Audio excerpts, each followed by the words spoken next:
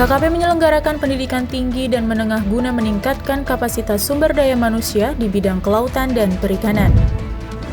Guna meningkatkan kualitas pelayanan, KKP luncurkan aplikasi Pilar. Menteri Trenggono resmikan Kampung Budidaya Ikan Patin Cisilat, Provinsi Banten. Manfaat dibangunnya Kampung Budidaya Pedalaman. Melihat ikan cupang yang paling banyak diburu di Hari Kemerdekaan Republik Indonesia. Menteri Trenggono dukung puluhan lulusan pendidikan tinggi kelautan dan perikanan menjadi pelaku usaha perikanan. Lantaran serapan pasar dunia yang sangat besar, KKP menggenjot produktivitas udang nasional.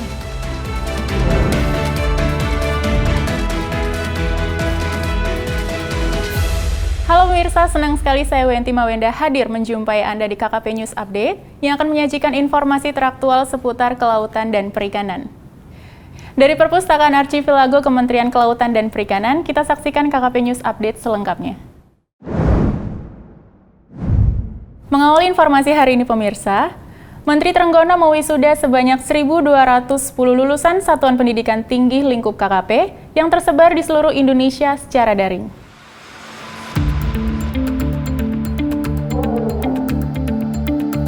Pada hari Rabu 25 Agustus 2021, Menteri Kelautan dan Perikanan Sakti Wahyu Trenggono mewisuda taruna-taruni yang telah menempuh pendidikan tinggi di Politeknik Kelautan dan Perikanan di seluruh Indonesia secara daring.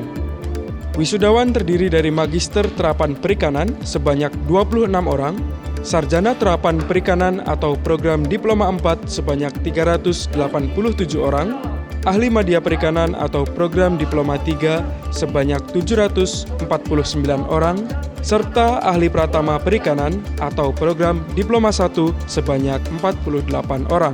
Menteri Trenggono mengatakan, pendidikan tinggi di lingkungan KKP menerapkan sistem pendidikan vokasi di bidang kelautan dan perikanan yang mencetak lulusan unggul dan berjiwa wirausaha sehingga lulusan siap untuk bekerja serta dapat diterima dengan mudah di dunia usaha dan industri.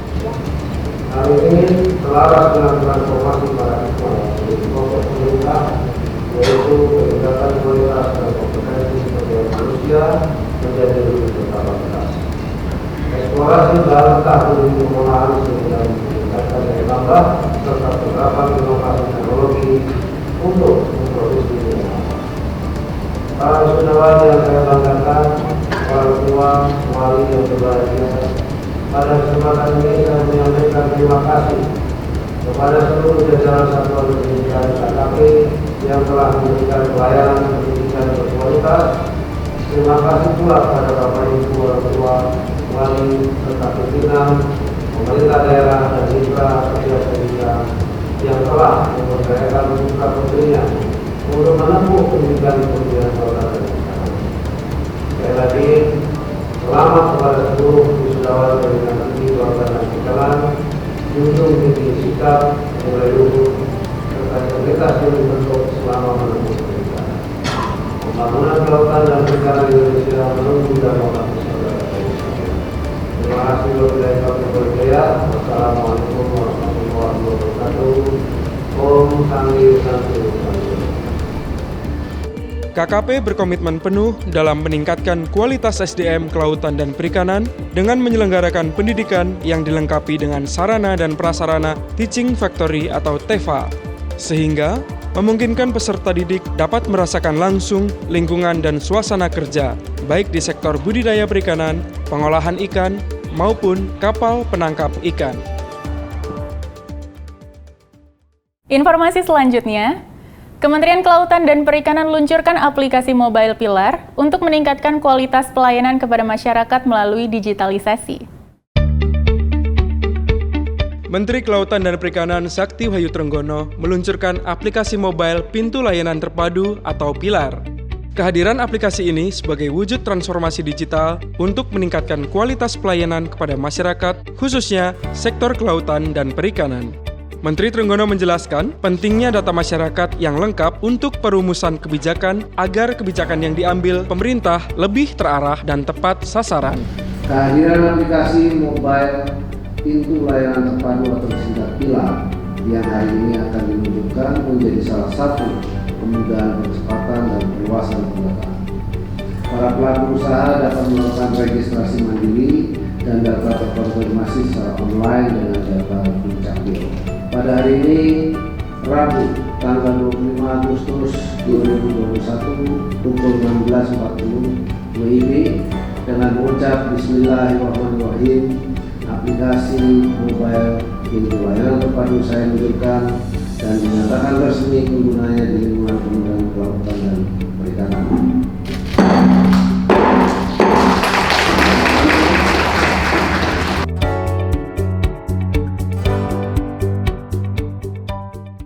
Informasi selanjutnya pemirsa, Menteri Kelautan dan Perikanan Sakti Wahyu Trenggono mendukung masyarakat untuk membangun kampung perikanan budidaya di pedalaman. Sejalan dengan salah satu program prioritas Kementerian Kelautan dan Perikanan, yakni pembangunan kampung perikanan budidaya berbasis kearifan lokal, Menteri Trenggono melakukan peresmian kampung budidaya ikan patin Cisilat di Provinsi Banten, yang luasnya mencapai 15 hektar dengan 196 kolam pada 19 Agustus 2021 lalu. Karena saya kepengen nanti menjadi model pedalaman, salah satunya yang tidak jauh dari Jakarta, ini menjadi bagian dari pengentasan kemiskinan. Nah itu yang saya harapkan, selain juga di daerah lain, karena saya targetkan dalam 3 tahun masa jabatan saya yang akan datang, harus sudah sekian ribu pembudidaya yang sejahtera dari cara berbudidaya. Menteri Trenggono pun mengapresiasi inisiatif masyarakat dalam melihat peluang di sektor budidaya perikanan. Dia berharap dengan adanya kampung budidaya pedalaman Cisilat dapat menjadi contoh agar masyarakat wilayah lain tergerak membangun kampung perikanan budidaya dengan kearifan lokal masing-masing. Tapi saya kira begitu ada satu yang berhasil dengan baik, mereka akan secara otomatis, secara alami akan diikuti. Ya, itu akan kita bantu untuk kemudian supaya masyarakat tidak mengalami kesulitan dalam memulai budidaya. Terima kasih Pak Menteri.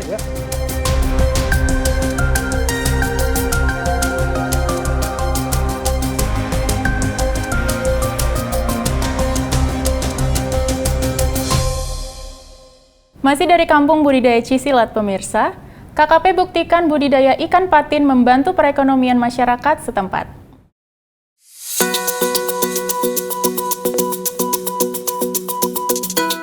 Kampung budidaya ikan patin Cisilat yang pembangunannya dipelopori oleh mantan Bupati Lebak, Mulyadi Jayabaya, ditargetkan dapat menyerap tenaga kerja untuk masyarakat sekitar. Yang ingin kita kembangkan adalah bagaimana masyarakat pedalaman, saya sebutnya sebagai pembudidaya pedalaman, itu bisa sejahtera melalui budidaya perikanan air tawar. Salah satunya adalah patin. Nah, patin ini memiliki nilai ekspor yang cukup tinggi dan cukup bagus. Nah, kalau Pak Jayabaya memulai sebagai satu tempat yang luas, lalu kemudian nanti saya berharap beliau bikin industrinya, ya saya berharap Pak Jayabaya melalui Pak Jayabaya dan seluruh Forkopimda yang ada di sini itu kemudian menggalakkan budidaya patin supaya nanti industri yang dibangun di sini ini tidak kekurangan bahan baku. Pak Menteri nyoba menanam ikan ini dengan 1 kilo 10 ekor Pak. Ini kurang lebih kalau rata-rata semuanya lah ini hampir 3 juta. Dan nanti ini panennya dalam jangka waktu 3 bulan 4 bulan menjadi 30 juta ton.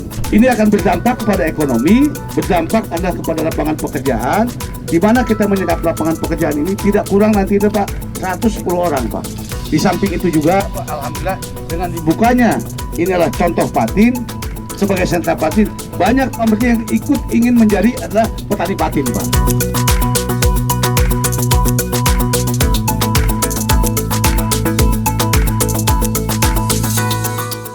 Ya, sungguh alhamdulillah gitu.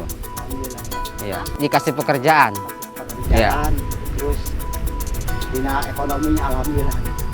Dia pengen maju ya, pengen maju saya gitu, pengen jadi berkembang gitu ya. Saya berterima kasih sama Bapak gitu ya, Bapak Haji Mulyadi Jayabaya. Terima kasih saya sudah bekerjakan di sini.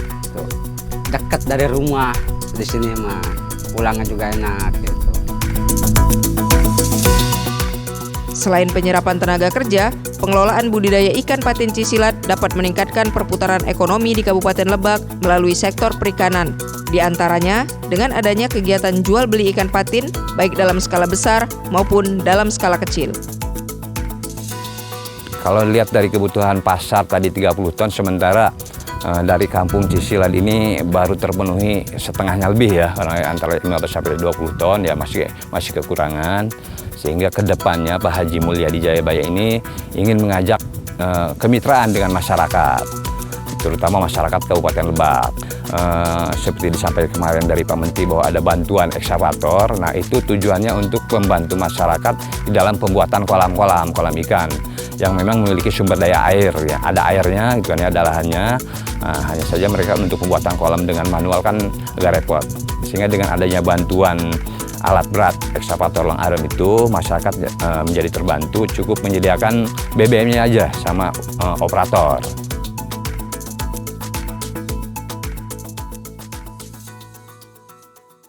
Beralih ke informasi selanjutnya, momen Hari Kemerdekaan 17 Agustus tahun 2021 ternyata membawa berkah bagi pembudidaya ikan cupang di Depok, Jawa Barat.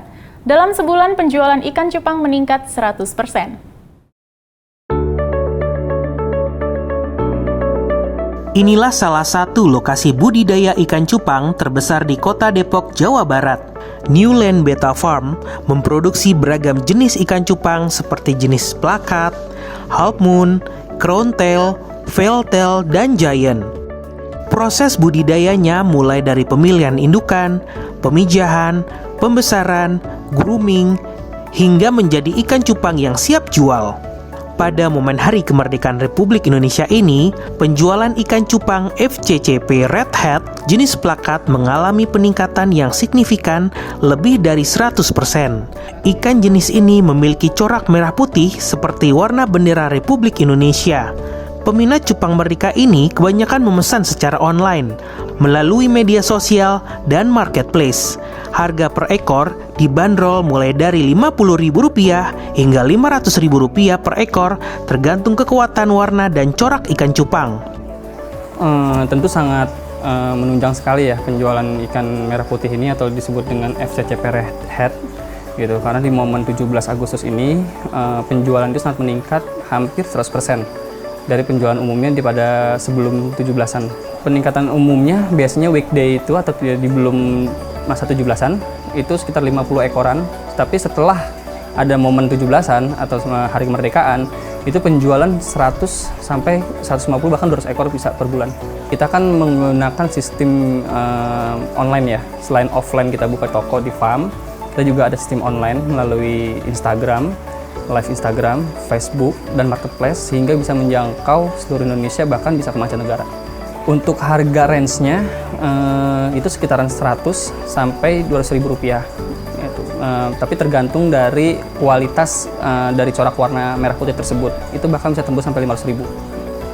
Peningkatan penjualan ikan cupang pada momen kemerdekaan ini menjadi angin segar bagi para pembudidaya. Sebab tren ikan cupang sempat menurun setelah booming awal pandemi tahun lalu. Namun kondisi penurunan tersebut tidak menyurutkan semangat Tommy dan timnya untuk terus menggeluti usaha budidaya ikan cupang. Menurutnya, peminat setia ikan cupang seperti para kolektor dan penghobi cukup banyak. Bahkan mereka berani membayar dengan harga mahal untuk ikan cupang yang mereka sukai.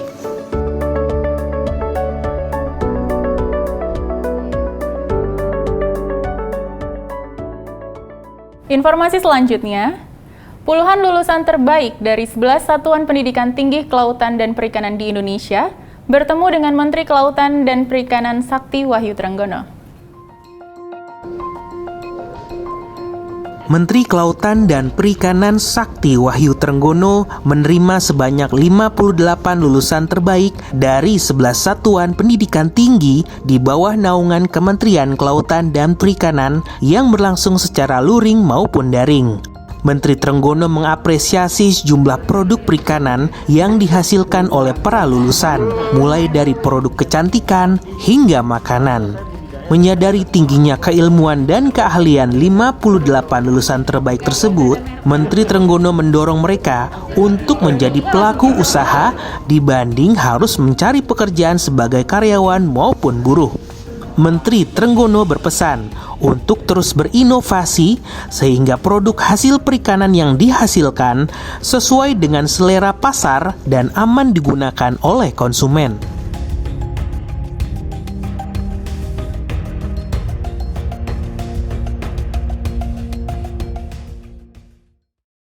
Beralih ke informasi selanjutnya pemirsa.